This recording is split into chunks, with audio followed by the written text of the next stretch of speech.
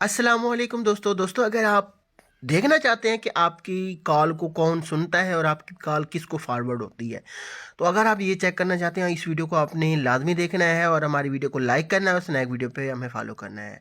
तो चेक करना चाहते हैं कि आपकी कॉल को कोई सुन तो नहीं रहा, आपकी कॉल फॉरवर्ड नहीं हो रही, तो आपने ये कोड डायल करना है *#21#, ठीक है। तो यहाँ पे मैं इसको सर्च करूँगा, सर्च करने के बाद देखेंगे यहाँ पे देख सकते हैं मेरी कॉल किसी को भी फॉरवर्ड नहीं हो रही, ठीक है। SMS भी नहीं हो रहे, सब कुछ नहीं हो।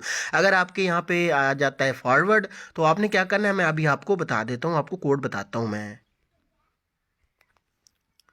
तो आपने ये कोड डायल करना है, इसके बाद आपने जो है वो इसको सिलेक्ट करना है और यहाँ पे देखें मैं इसको जो है रन करता हूँ और यहाँ पे आपके सामने ऑप्शन आ जाएगा कि आपकी जो कॉल है वो रिमूव हो चुकी है, ये देख सकते हैं, ठीक है। तो इस तरह से आप कोई भी कॉल अपनी रिमूव करवा सकते हैं और चेक कर सकते हैं। तो हमारी वीडियो को लाइक